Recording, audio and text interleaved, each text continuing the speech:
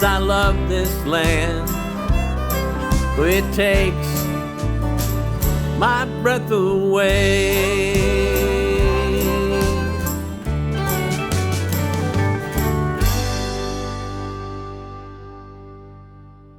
Welcome to Texas 10. I'm Melissa. And I'm Steve. Together we're the Howans. We've traveled all across the state. We've done 229 of Texas's 254 counties.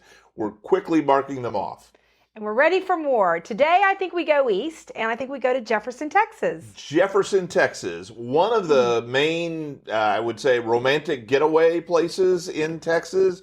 Jefferson is an awesome town. It is the sort of southern part of Texas. Well, it's in the far east part of Texas, but when you want to talk about Texas being a southern state, Jefferson might be the town that best exemplifies that. You know, the first time we went, he said it was romantic. He and one of our good friends, Bill Davidoff. Let's give a shout out to Bill and Shirley. And Shirley. Bill and Steve kidnapped Shirley and I and took us on this little romantic getaway. We went to Jefferson, Texas.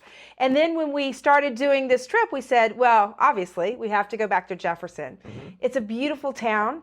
It has a beautiful courthouse that they've just redone. But it is interesting. It's not a square at all. Right. So Jefferson has a long history. It's the fourth or fifth oldest established town in Texas. Mm-hmm. And so it's built up over time, and it's had all sorts of different eras in Jefferson. And so I think the ways the streets get laid out, you can sort of see how all of that developed. Mm-hmm. You know, and it has, like Steve said, a real southern charm to it. It also, you know, kind of is very close to Louisiana, so some of Louisiana creeps into the stories of Jefferson. Well, I think the most stunning thing about Jefferson is the residential architecture. Mm-hmm. It is, first of all, it's the B&B capital of Texas. I mean, there are so many beds and breakfasts there. And I don't know who their zoning people are or their code compliance people, but it is just charming. It is, you have houses that are cottages to the big sort of Victorian mansion sort of things. Antebellum. But they're all well kept.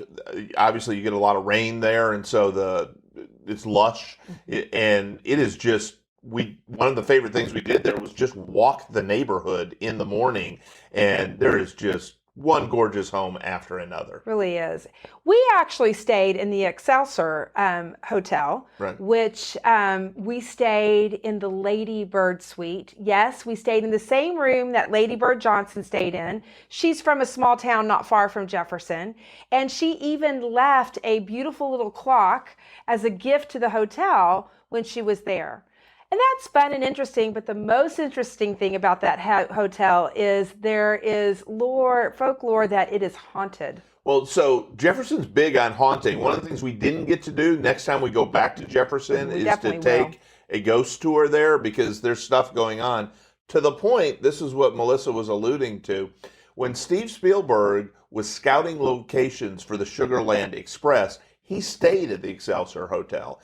And legend has it, he's never come out and said exactly what it was, but something happened that night that inspired him to write, direct, produce Poltergeist. And that came from the Excelsior Hotel. So we didn't have any extra, and maybe it was because we were so full, but we slept right through the night. Maybe they just didn't want to bother us, but it is supposed to be haunted. Well, Steve said earlier, it's a great getaway weekend town. There's amazing shopping, and there's museums, and probably one of my very, very favorite museums is the Museum of Time and Measurement. And when you go, Johnny will tell you about everything in it, because there are, countless numbers of clocks. Now, he was a surveyor, and right, he surveyed all across.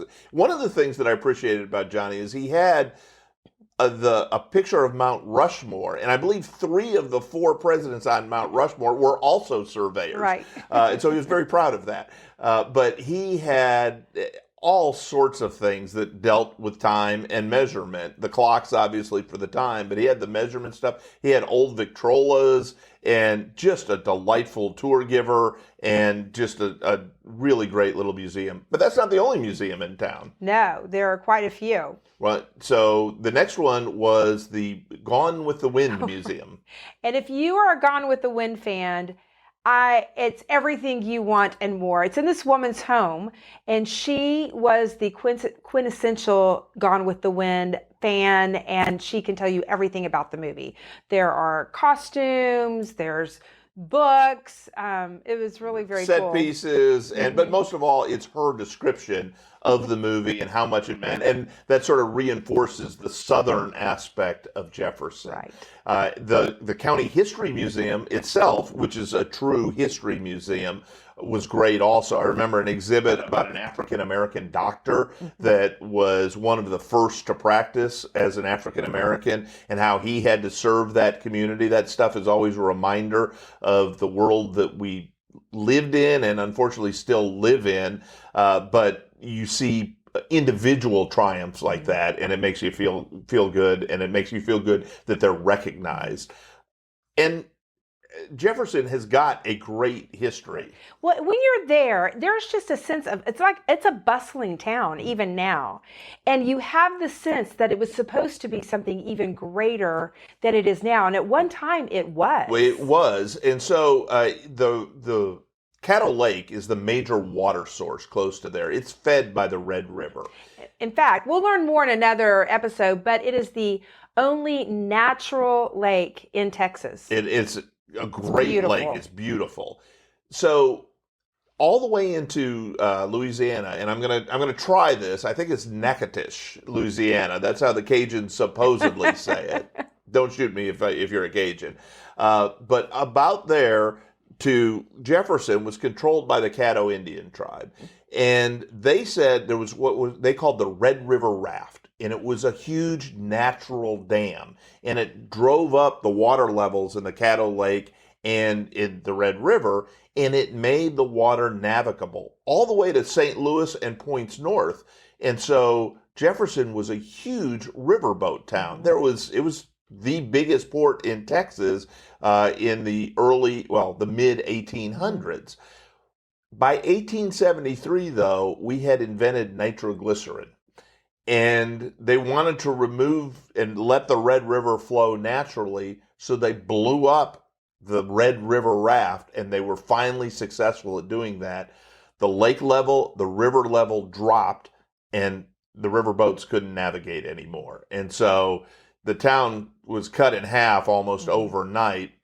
And now this is legend, myth, I don't know, but they tell this story that Jay Gould, the railroad magnate, you know him? Right. Okay. You remember the railroad car? Yes, and it's just as it was. Right. So his railroad car is there. He supposedly had tried to put the railroad through Jefferson, which would have kept it as a major commercial center. And the town leader said, no, that'll mess with our riverboats. And they said no to him, where other cities were clamoring. Other cities like Dallas, a small outpost, were clamoring to have that railroad. And supposedly he ran the railroad elsewhere, and Jefferson could have been Dallas, but now it's Jefferson, which, you know what? Good for Jefferson. Right. And Steve talked about this earlier, walking around. Do you remember that beautiful park and the churches around the park? I do. One of the things that you need to make time is just to take the time to walk around the town. It's a walking town. It is beautiful. It is a walking town, that's for sure. And, there's great shopping, and there's antiquing. If you're into antiquing, it's a great, great city to go to. But there's also wonderful restaurants. One of the best meals I've had was in Jefferson. Well, and so not everybody immigrated from Jefferson to Dallas. She's talking about the Stillwater Inn, which is a very recognized place in Jefferson.